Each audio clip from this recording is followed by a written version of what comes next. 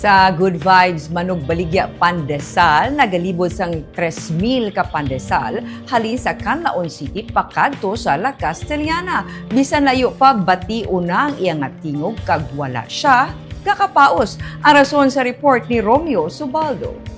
Arida mga suki, malunggay pandesal init pa. Layo pa, bati una ang tingog ni Arvin Dulman nga nagalibod sang pandesal diri sa may barangay Biak na Bato sa La Castellana. Halin pa siya sa Canlaon City.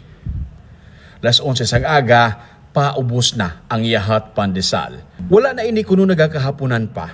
Pag-abot niya sa sining nga crossing, pagkabati sang iyang tingog. Arida mga suki, malunggay pandesal init pa. Nagaginuwa ang mga tao para magbakal sang mainit-init pa nga pandesal. Ang mga suludlon nga mga sityo, makabati pa sa iya. Ano mo nabalaan nga, Ari, nagkisa dili natin, nabatian mo? Di nyo pa inyo balay? Bati na to?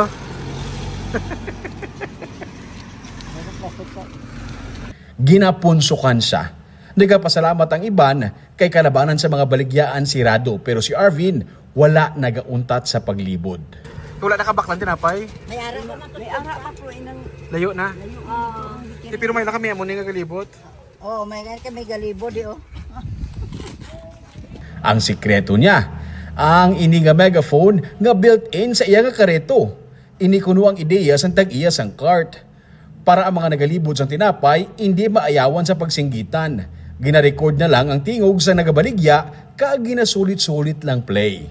Arida mga suki, malunggay pandesal init pa. Gid-record. Para sa imo, mas hapos magbaligya kung may amo na. Oo.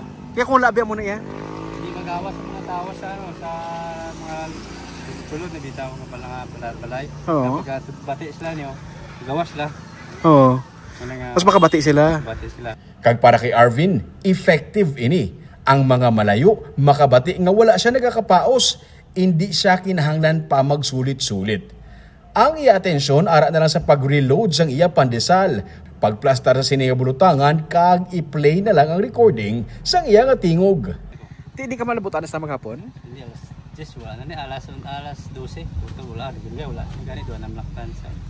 Dako gid nga buli gali sig ang kwan. Oh, nang ini kay maka ang kalayo-layo kabate gawas bakal.